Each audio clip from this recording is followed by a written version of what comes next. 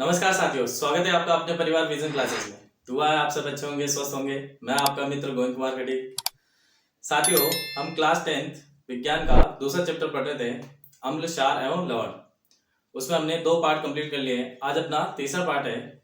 आज हम पढ़ने वाले हैं, सबसे पहले पढ़ेंगे अपन क्षारों के कुछ उदाहरण जो इम्पोर्टेंट एग्जाम्पल हैं, वो बार बार एग्जाम में पूछे जाते हैं, उनके उदाहरण। फिर हम पढ़ेंगे अम्ल और क्षार में क्या समानता होती है। फिर तीसरा पढ़ेंगे अपन पीएच स्केल और उसके जो दैनिक जीवन में उपयोग है वो क्या क्या है। स्टार्ट करते हैं आज का टॉपिक, महत्वपूर्ण क्षारों के उदाहरण। कुछ महत्वपूर्ण क्षारों के उदाहरण। तो ये वो उदाहरण है जो बार बार एग्जाम में पूछे जाते हैं 10th क्लास में। इनको आप अच्छे से समझोगे और कॉपी में नोट करोगे। पहला जो उदाहरण है वो है calcium hydroxide.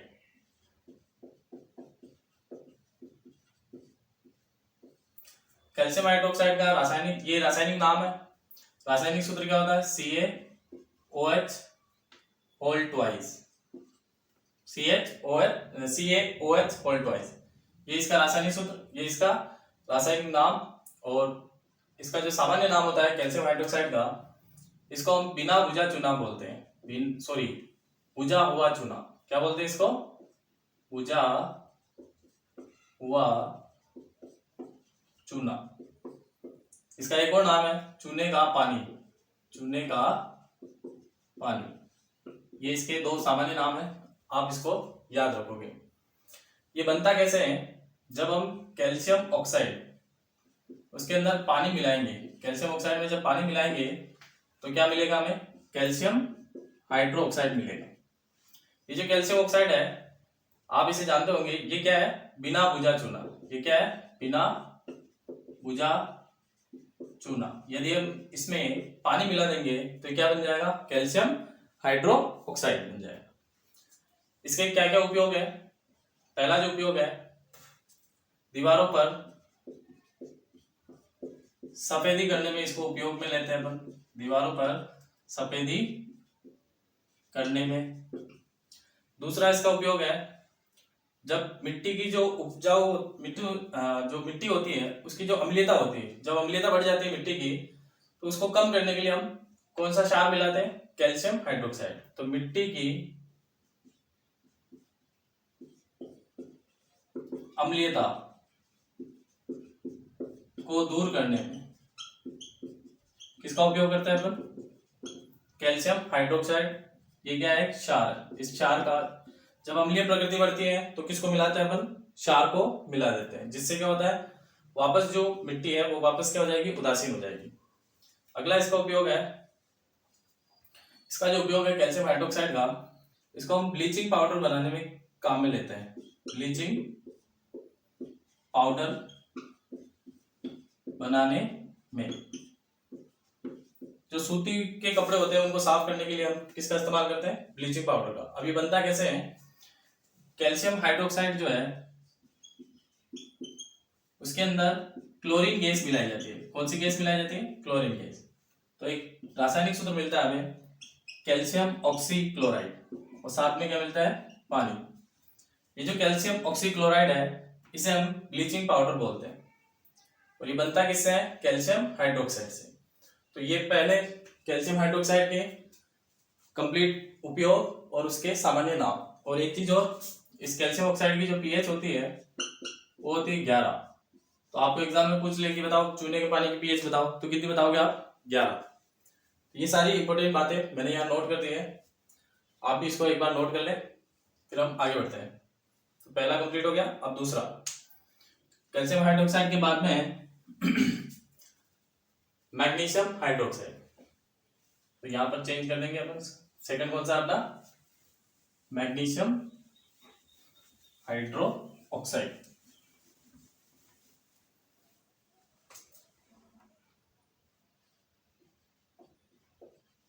Magnesium hydroxide. Magnesium hydroxide, इसका रासायनिक सूत्र क्या होता है?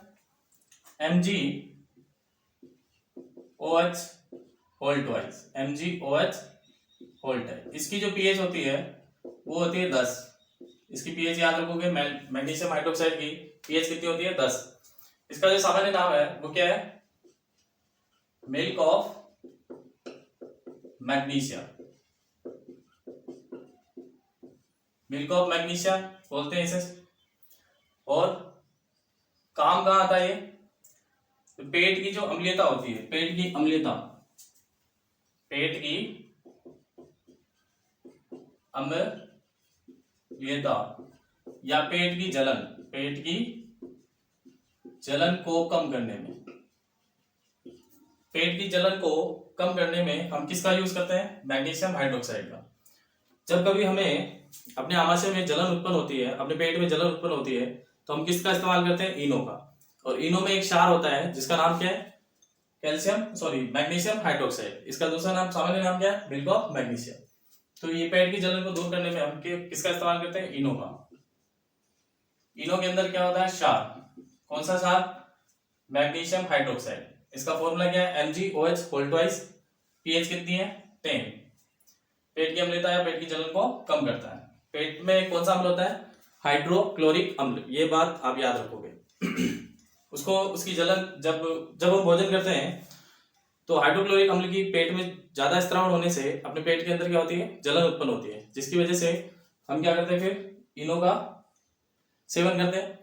जब इनो का सेवन करेंगे तो उसमें क्या मिलेगा हमें, क्षार। कौन सा क्षार, मैग्नीशियम हाइड्रोक्साइड, जिससे क्या होगा, पेट की जो अम्लीयता है और पेट की जो जलन है वो कम हो जाएगी। अगला है तीसरा है पोटेशियम हाइड्रोक्साइड।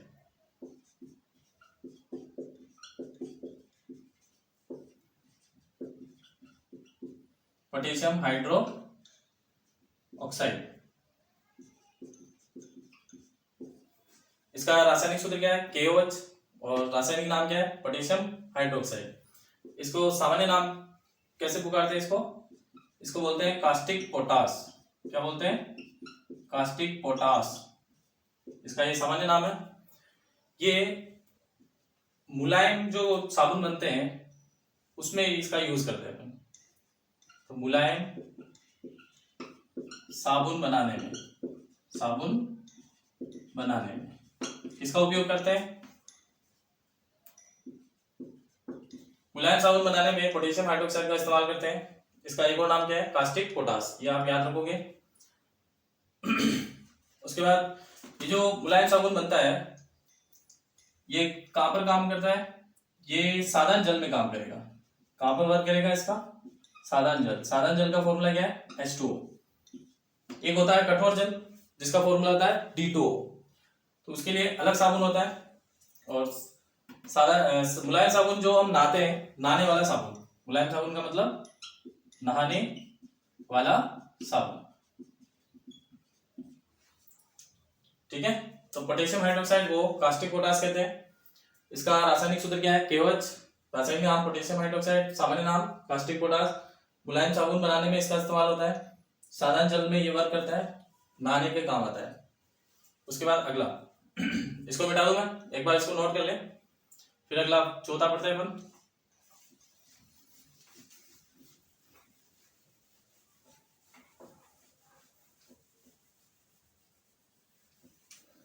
चौथा है NaOH, Na sodium OH hydroxide. तो क्या बन गया, सोडियम हाइड्रो ऑक्साइड। इसकी पीएच आप याद रखोगे, एग्जाम में पूछी जाती है 14। इसका जो सामान्य नाम है, ये क्षारों का राजा कहलाता है, क्षारों का राजा, या इसका एक और नाम है कास्टिक सोडा, कास्टिक सोडा। ये कठोर साबुन बनाने में इसका इस्तेमाल होता है, कठोर साबुन बनाने में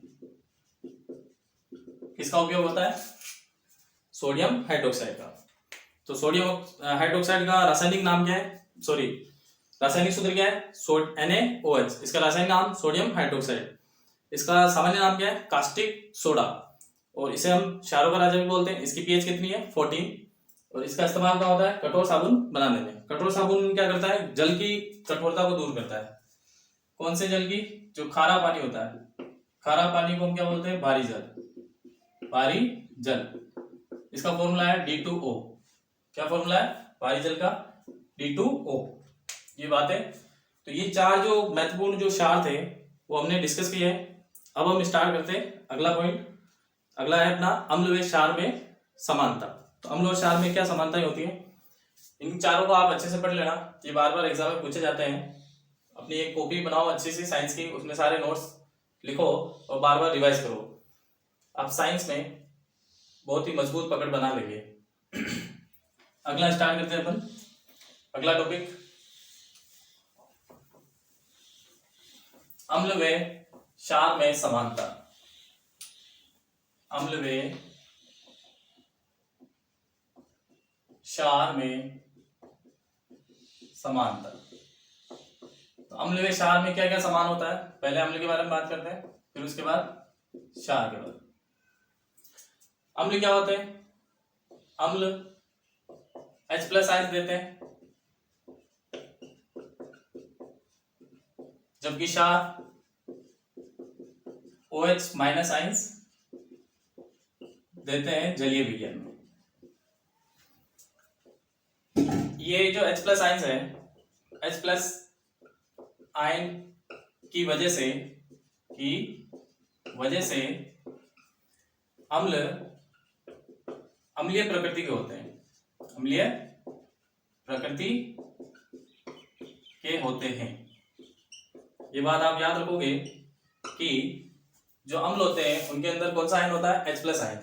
यदि किसी अम्ल में H+ आयंस की मात्रा ज्यादा होगी तो वो ज्यादा अम्लीय प्रकृति का होगा, और अगर H+ आयंस की मात्रा कम होगी तो वो कम अम्लीय प्रकृति का होगा। और इधर क्षार क्या देते हैं, OH- आयंस देते हैं। इन्हीं आयनों की वजह से, इन्हीं OH- आयन की वजह से क्षार क्षारीय प्रकृति के होते हैं,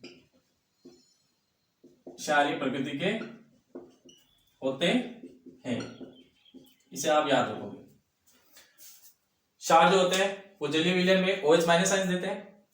जब जलीय विलयन में क्षार ज्यादा OH- आयंस देगा तो वो ज्यादा क्षारीय प्रकृति का होगा, और कम देगा तो कम क्षारीय प्रकृति का होगा। और इन्हीं OH आयंस की वजह से जो क्षार होते हैं वो कौन सी प्रकृति के होते हैं, क्षारीय प्रकृति के। और अम्ल H+ आयंस की वजह से कौन सी प्रकृति के होते हैं, अम्लीय प्रकृति के। ये बात आप नोट करेंगे। इसको हम यूज करेंगे, ये दोनों पॉइंट को हम कहाँ यूज करेंगे, pH स्केल में। तो ये उतार लो आप, तो उसके बाद आगे बढ़ते हैं। अगला टॉपिक अपना अम्ल व जलीय विलयन में अम्ल व क्षार। अगला टॉपिक कौन सा है,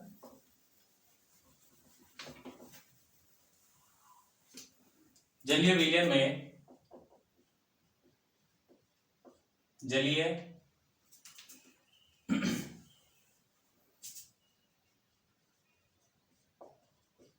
विलयन में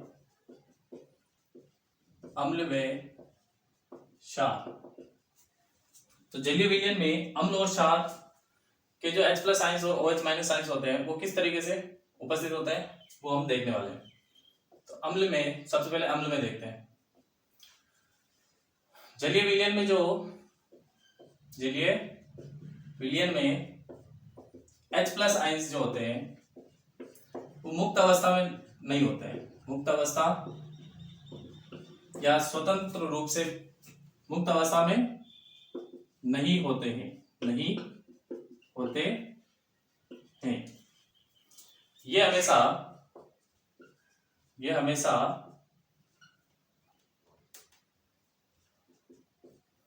हाइड्रोनियम आयन H3O+, इसे हम क्या बोलते हैं, हाइड्रोनियम आयन के रूप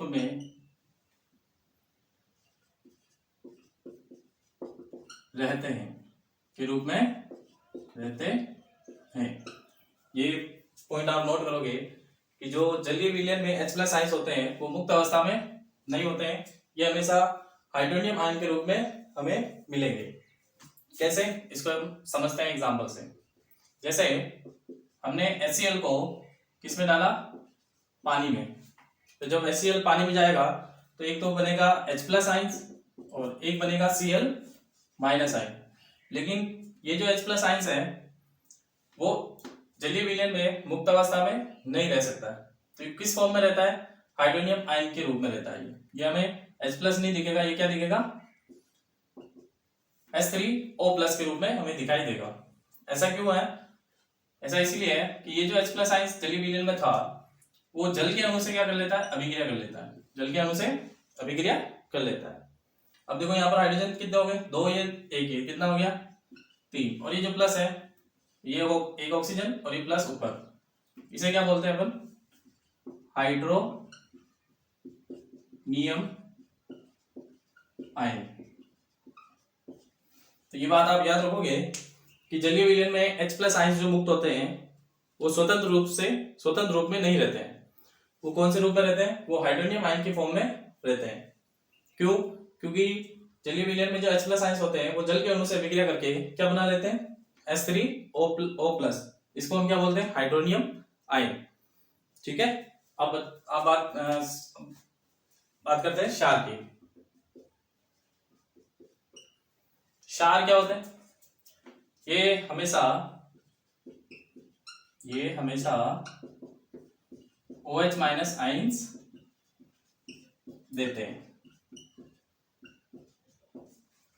अम्ल, हाइड्रोनियम आयन, अम्ल के अंदर जो H+ आयन है वो किस रूप में रहता है, हाइड्रोनियम आयन के रूप में।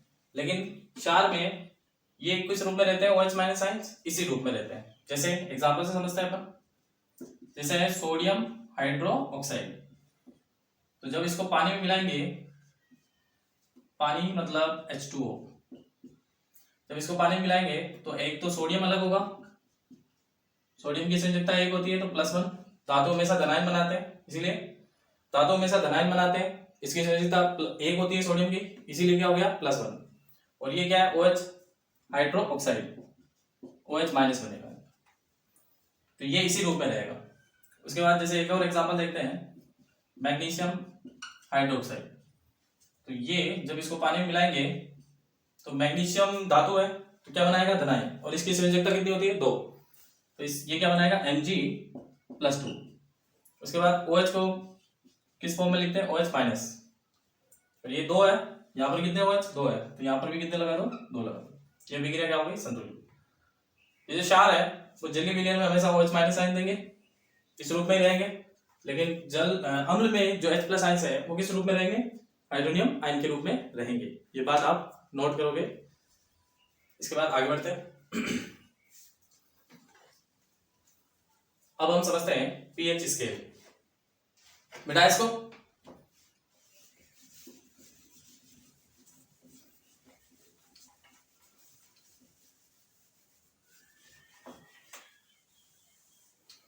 पीएच स्केल, अगला टॉपिक अपना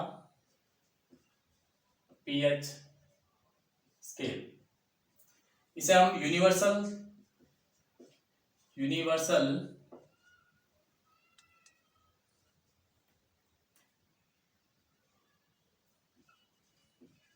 सूचक कहते हैं। पीएच स्केल क्या है, यूनिवर्सल सूचक है। इसकी जो खोज करी थी वो सोरेनसन नामक वैज्ञानिक ने करी थी। सोरेनसन नामक वैज्ञानिक था, उन्होंने पीएच स्केल की खोज करी थी। इस स्केल को, इसकी सबसे पहले परिभाषा देखते हैं। किसी विलयन में उपस्थित H+ या हाइड्रोजन आयन की सांद्रता को प्रदर्शित करने के लिए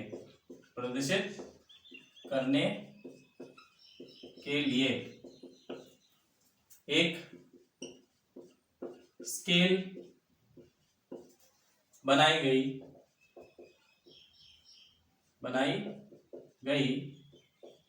जिसे पीएच स्केल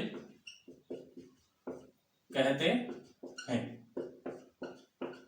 या आप नोट करोगे पीएच स्केल किसे कहते हैं?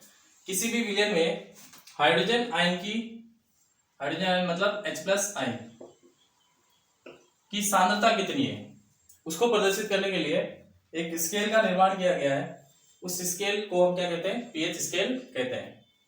पीएच स्केल में जो रीडिंग होती है वो कहां से कहां तक होती है?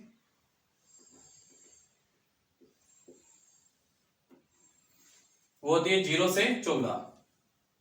शुरुआत 0 से होती है, लास्ट में कौन सा नंबर होता है? 14, और बीच में क्या होता है? 7। 0 पे जो पीएच स्केल होती है वो लाल रंग की होती है, और 14 पे होती है बैंगनी रंग की, और 7 पे होती है हरे रंग की। हरा रंग होता है, और किसी पदार्थ का हरा रंग आ जाता है पीएच स्केल में, इसका मतलब वो उदासीन है। इसका मतलब क्या है? 7 पे क्या होता है? उदासीन। और किसी पदार्थ का बैंगनी रंग आ जाता है, इसका मतलब वो क्या है? क्षार है। और किसी पदार्थ का लाल रंग आ जाता है पीएच स्केल में, तो वो क्या है? अम्ल है। मतलब 7 पे पीएच स्केल का मान, यदि पीएच मान 7 पे क्या होता है? उदासीन, और 7 से कम जो होता है, 7 से कम, वो अम्ल होते हैं या फिर अम्लीय प्रकृति के होते हैं। 7 से कम वाले अम्लीय प्रकृति के, और 7 से ज्यादा वाले जो होते हैं वो क्षारीय प्रकृति के होते हैं।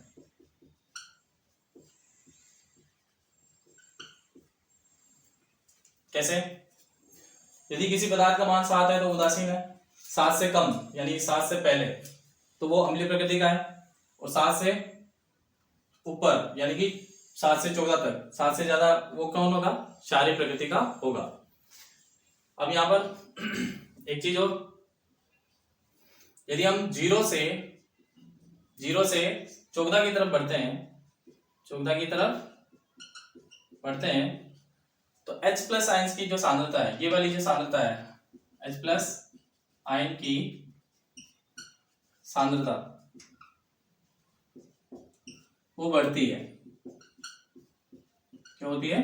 बढ़ती है। तो इसका हल्का सा मैं बना के दिखाता हूं।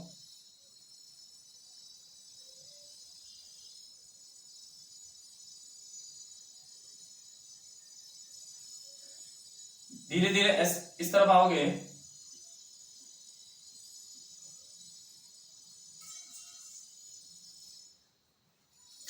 यहां पर है H+ आयंस, और यहां पर है OH- आयन।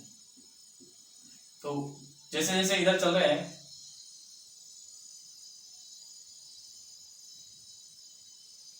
जैसे जैसे इस तरफ चल रहे हैं, तो H+ आयंस की सांद्रता इस तरफ तो बढ़ रही है, 14 से 0 की तरफ तो बढ़ रही है, लेकिन 0 से 14 की तरफ चल रहे हैं तो H+ आयंस की सांद्रता जो है वो धीरे धीरे क्या हो रही है? कम होती जा रही है।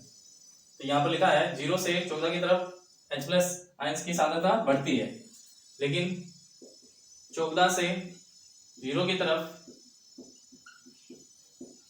H+ आयन की सांद्रता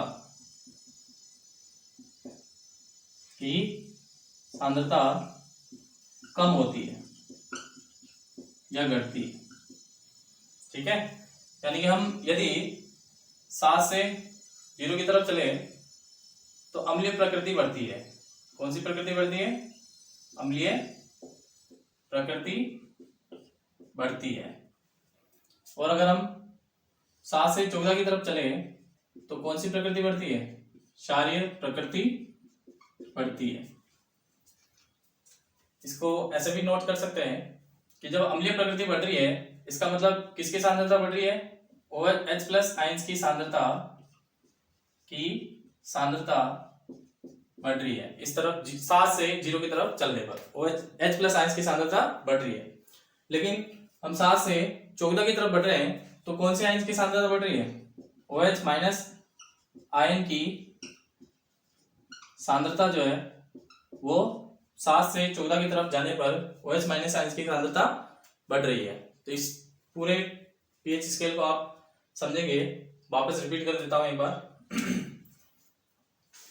पीएच स्केल में जो रीडिंग होती है वो कहां से कहां तक होती है? वो होती है 0 से 14 तक। इसको याद रखोगे, पीएच स्केल में रीडिंग होती है 0 से 14 तक, यहां से यहां तक। 0 पे कौन सा रंग होता है पीएच स्केल का? लाल। पीएच स्केल में 14 पे कौन सा रंग होता है? बैंगनी। 7 में कौन सा होता है? हरा।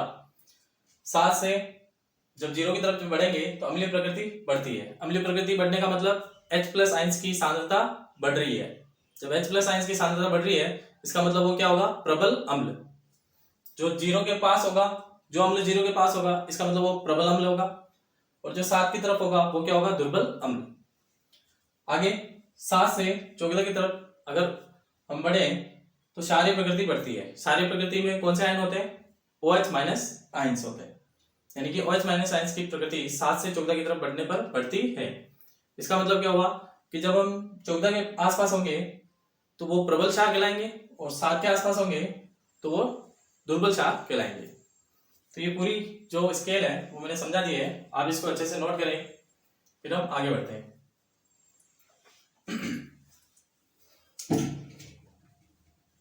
अब हम देखेंगे दैनिक जीवन में ये जो पीएच स्केल है इसके क्या क्या उपयोग है।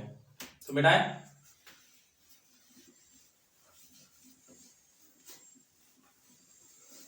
अगला पॉइंट अपना, दैनिक जीवन में पीएच स्केल के उपयोग।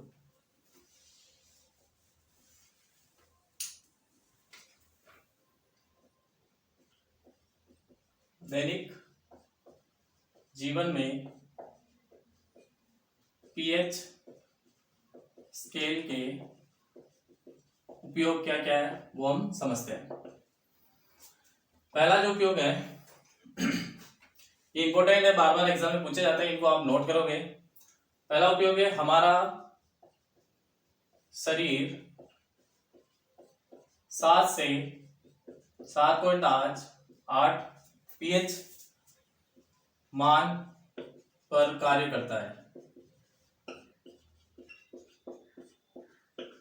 मनुष्य का जो शरीर है वो किस पीएच मान पे कार्य करता है? 7 से 7.8 के बीच में कार्य करता है। उसके बाद दूसरा पॉइंट, यदि वर्षा के जल का पीएच मान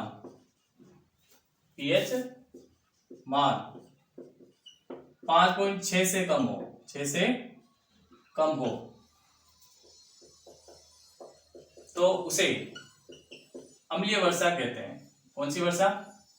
अम्लीय वर्षा कहते हैं।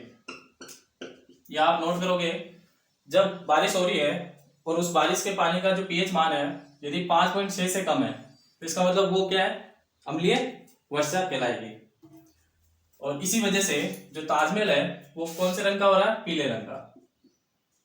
ताजमहल जो है वो कौन से रंग का होता है? अम्लीय वर्षा के कारण कौन से रंग का हो रहा है? पीले रंग का हो रहा है। उसके बाद तीसरा है हमारे मुंह की पीएच का मान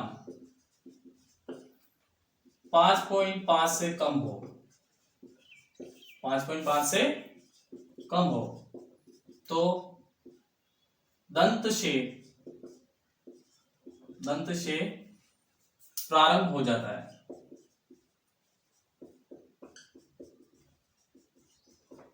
ठीक है, यदि हम ब्रश नहीं करेंगे तो अपने जो मुंह की जो पीएच है वो 5.5 से क्या हो जाएगी? कम हो जाएगी, जिससे क्या होगा? दांत जो होंगे वो गलने लग जाएंगे, यानी उसे क्या कहते हैं अपन? दंत से प्रारंभ हो जाएगा। ये बात आप याद रखोगे। उसके बाद चौथा पॉइंट है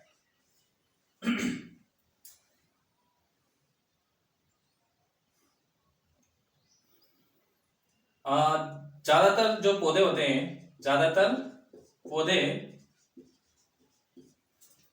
ज्यादातर पौधों की जो वृद्धि होती है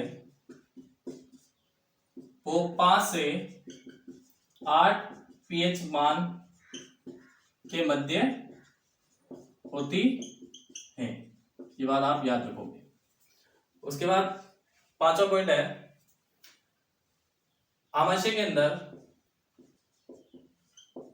आमाशय या पेट में HCl होता है। कौन सा अम्ल होता है?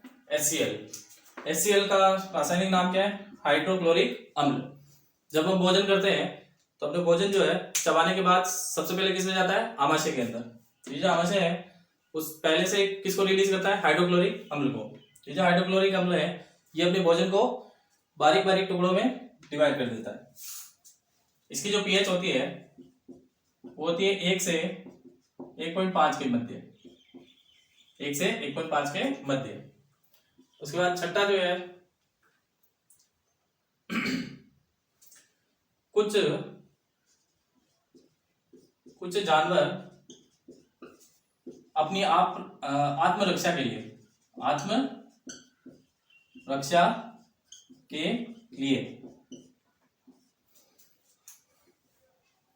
पीएच का इस्तेमाल करते हैं, पीएच का उपयोग करते हैं।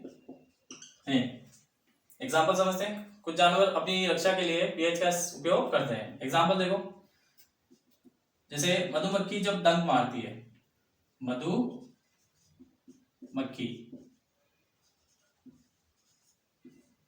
मधुमक्खी के डंक में एक अम्ल होता है जिसका नाम है फॉर्मिक अम्ल। क्या नाम है? फॉर्मिक अम्ल। इसका एक और नाम है मेथेनोइक अम्ल। दो नाम है इसके। दोनों नाम आप याद रखोगे, कॉपी पे नोट करोगे इसको और बार बार रिवाइज करोगे। तो मधुमक्खी के डंक में फॉर्मिक अम्ल है, तो दूसरा नाम क्या है इसका? मेथेनोइक अम्ल। इसकी जो पीएच का मान होता है इस अम्ल की वो होता है 2 से 3 के मध्य। तो ये जो अम्ल है देखो, ये पीएच स्केल में 0 के पास आ रहा कि नहीं आ रहा? यानी कि हमने बताया था अभी पीएच स्केल में जो 0 की तरफ आएगा वो प्रबल अम्ल होगा।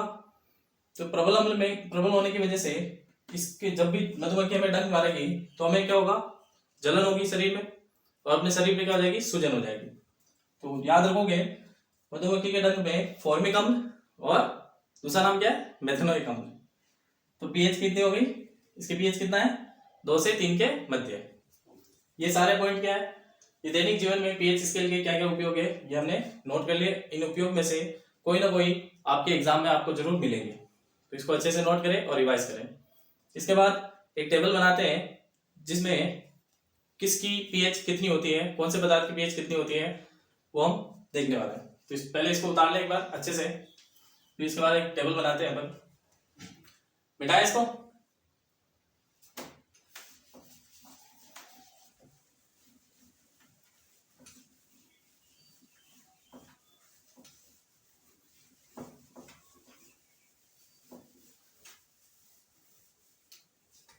तो ये टेबल आपको याद करनी है। इधर तो पीएच स्केल के मान, जैसे जो जठर रस होता है, ये जठर रस किसे कहते हैं अपन? अभी हमने हाइड्रोक्लोरिक अम्ल की बात करी, उसी को क्या बोलते हैं? जठर रस। उसी को क्या बोलते हैं? जठर रस। तो इसकी जो पीएच याद रखोगे आप 1.2, अपनी किताब में कितनी दे रखी है? एनसीईआरटी में 1.2। उसके बाद दूसरा जो है H2SO4 सल्फ्यूरिक अम्ल। ये जो सल्फ्यूरिक अम्ल है इसकी जो पीएच होती है वो 2 से 3 के मध्य होती है। 2 से 3 के मध्य है और इसे हम अम्लों का राजा कहते हैं। अम्लों का राजा कहते हैं क्योंकि ये उद्योगों में बहुत ज्यादा यूज होता है। उसके बाद नींबू के रस में, नींबू के रस की जो पीएच होती है वो होती है 2.2। नींबू के रस की पीएच कितनी होती है? 2.2। उसके बाद सिरके की पीएच होती है 3। उसके बाद जो मानव मूत्र होता है उसकी पीएच होती है 6.4 और शुद्ध जल जो होता है उसकी पीएच होती है 7 और खून की जो पीएच होती है वो होती है 7.4। उसके बाद मिल्क ऑफ मैग्नीशिया,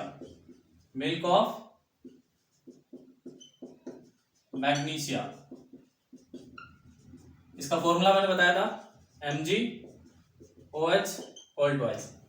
इसकी पीएच होती है 10 और एक होता है चूने का पानी।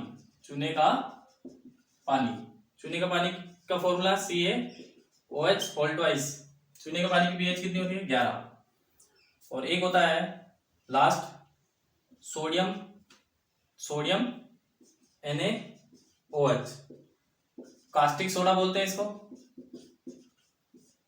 Caustic soda. और नाम क्या है सोडियम हाइड्रोक्साइड। सोडियम हाइड्रोक्साइड की जो पीएच होती है वो कितनी होती है 14। और एक बात और याद रखोगे, ये जो मूत्र है उसकी पीएच कितनी है 6.4, यानी कि जो अपना मूत्र है वो अम्लीय प्रकृति का है, क्योंकि जब भी पीएच 7 से कम होगी तो उसकी प्रकृति कैसी होगी अम्लीय। और खून की जो प्रकृति होती है वो कैसी होती है क्षारीय। क्यों? क्योंकि जब भी पीएच स्केल में 7 से ज्यादा होगी किसी का मान, 7 से ज्यादा होगा किसी का मान, तो वो कौन सी प्रकृति दिखाएगा क्षारीय प्रकृति शो करेगा। तो ये टेबल आप नोट करेंगे, अच्छे से रीड करेंगे इसको। इसके बाद हमने अम्ल, क्षार और लवण, अपने चैप्टर का नाम क्या है अम्ल, क्षार और लवण। तो अम्ल को अच्छे से पढ़ लिया, क्षार को अच्छे से पढ़ लिया। इसके बाद हम पढ़ेंगे एक पूरा एक पार्ट बाकी है किसका लवण का। तो अगले पार्ट में हम लवण को कंप्लीट करेंगे। तब तक के लिए धन्यवाद। जय हिंद, जय भारत।